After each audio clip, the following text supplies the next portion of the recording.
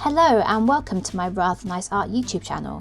In this video I'll be showing you how to make your very own Moonlit bookmarks created from watercolours and acrylic paint. You can also paint this design onto gift tags, notebook covers and homemade greetings cards.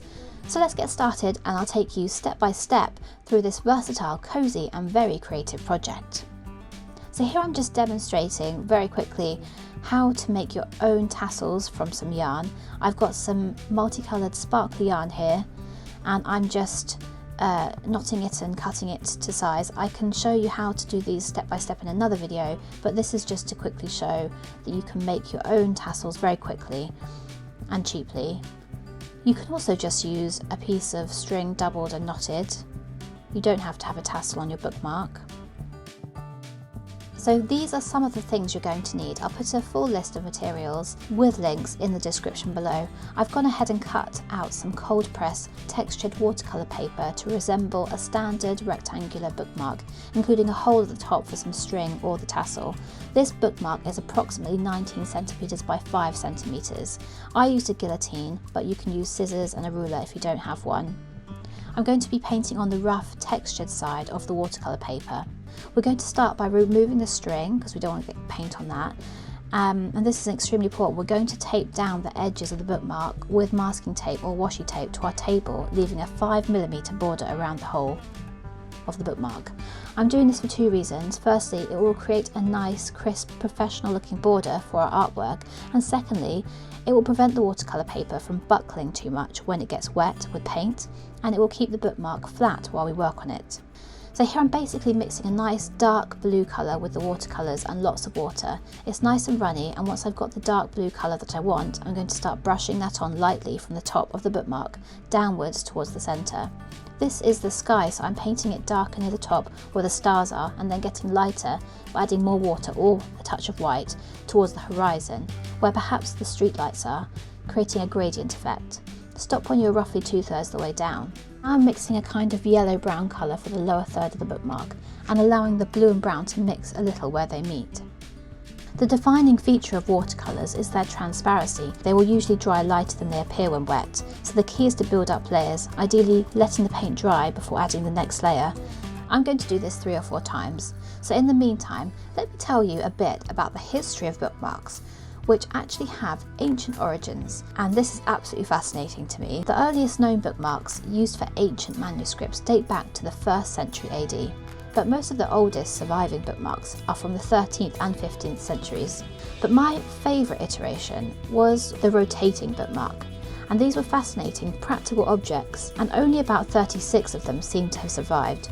A rotating disc marked 1 to 4 to remind the reader of which of the 4 columns they had gotten to. This would be attached to a string and could slide up and down to point to an exact line. And the most expensive bookmark ever sold is believed to have been a 9th century Anglo-Saxon ornate gold artefact commissioned by King Alfred the Great, and this was found by a treasure hunter in South Yorkshire. It was bought for £10,800 at auction in 2008. Let me know in the comments if you'd like me to try and replicate some ancient or Victorian bookmarks in another video, because I think that would be quite a fun thing to do. So that kind of yellow ochre-y browny colour at the bottom, I've been adding to that as well to deepen that. And now I'm switching to acrylic paint and to my acrylic palette, and I'm mixing a cream colour with a bit of yellow and brown and quite a bit of white and a tiny bit of water.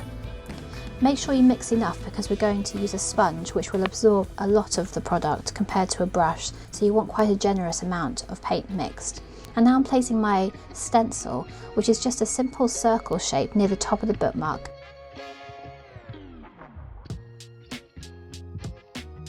And then you can dab a small sponge or sponge dabber or stipple brush into your cream paint.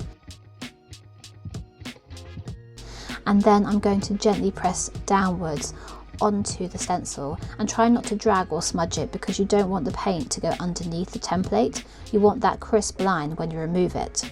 You can actually tape this template down if you like so that it doesn't move, but I'm just holding it in place and being careful not to move it too much. Now I'm mixing up a slightly darker colour, adding in some purple to make a nice deep rich chocolate brown colour.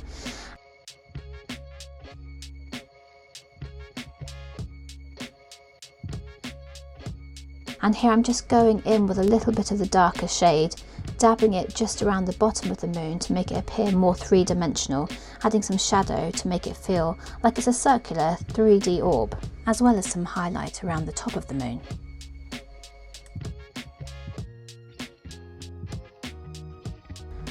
And now I'm just trying a few techniques, using a brush to add some texture to the moon. If you don't have a moon stencil, you can place a glass on top of your artwork and draw around it with a pencil, and then just fill in the circle with cream paint, dabbing on shaded areas with a brush for the craters. But now I'm going to use the other part of the stencil, the bit with the craters, and I'm just deciding which way round I'm going to put it, and then I'm going to line it up and place it over the circle.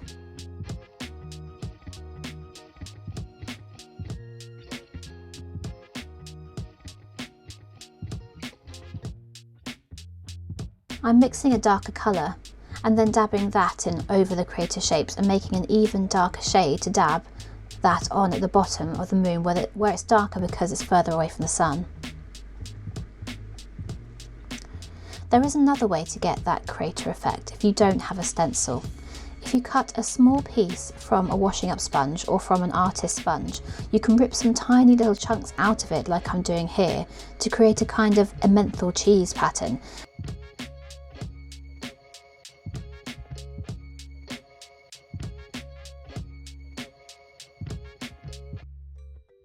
And then you can load it up with the darker paint.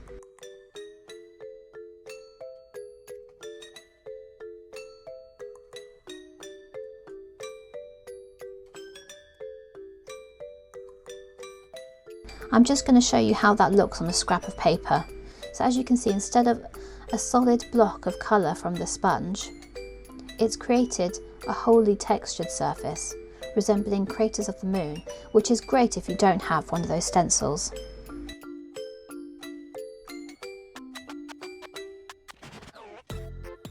Now I'm just adding a kind of highlight to the edge of the moon, but it's great to have a look at what the moon actually looks like, and I think I must have looked at a reference photo and there must have been a highlight on the bottom of the moon, perhaps where some light was bouncing off the ground.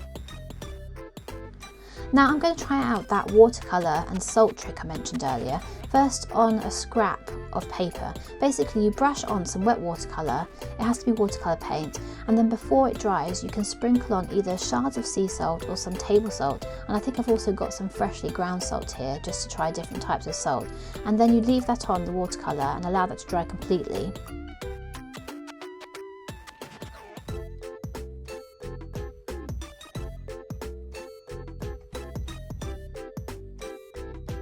It was taking a while to dry, so here I'm just dabbing it with the kitchen towel just to get rid of the remaining moisture because I was impatient and wanted to remove the salt. But what you don't want to do is rub it too roughly when it's still wet because you may end up smudging the paint.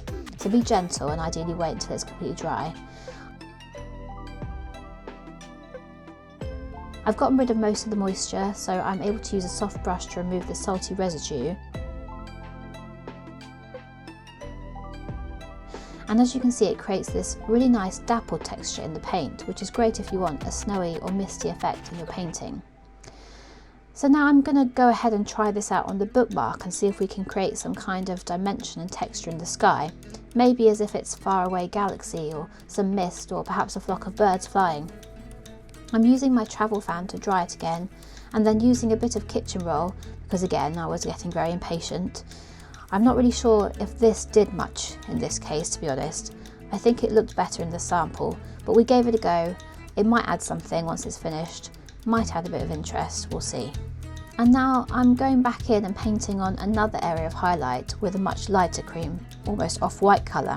I'm just painting this in the top left corner of the moon with acrylic paint, as if the moon is catching the light from a faraway sun or a bright star. I'm painting this patchy because there's craters on the moon, remember? So just keep that in mind. There's bumps and lumps and things on the surface of the moon, so don't make it too smooth, but giving it a nice highlight to make it pop. At the bottom of the bookmark you can paint or stencil in some trees, flowers, grass, houses, creatures or other details in silhouette. It's up to you, so let your imagination take the lead. For my bookmark, I'm taking that same stencil, and at the bottom there's a row of trees, so this is a nice, easy and quick way to get the silhouette of a forest. I'm mixing a dark acrylic colour of dark blue, dark brown and purple, And I'm going to use the same sponge to dab on that colour, making sure not to push it underneath the stencil, so we get a nice crisp line around the edge. And here I'm going to demonstrate another way that you can create the trees if you don't have that stencil. I like this little trick, and it was inspired by Bob Ross. Draw a vertical line all the way down to the bottom of your paper for the trunk, and then you just go from one side to the other, creating an irregular outline of your tree, a sort of triangular shape with irregular branches jutting out at each side, and it's very narrow at the top and it gets wider and wider towards the base. They're sort of like Christmas trees, I guess. And I'm drawing another in front, but this time I've added slightly more purple or red, and it's also a slightly thicker mix and therefore darker. According to colour theory, the colour blue recedes, whereas red feels as though it's coming forward. I'll do a separate video on this theory and how you can take advantage of it at some point. I do also have this stencil of a bird in flight, so I could use that, but I'm actually going to show you how you can draw or paint on these bird details freehand. So I've got my mechanical pencil, I'm very lightly sketching the outline of a bird in flight, and then I'll go back over again with a heavier line. It's quite a simple shape, it's a wide wingspan with a body underneath, so it doesn't have to be too detailed because we're quite far away from this bird.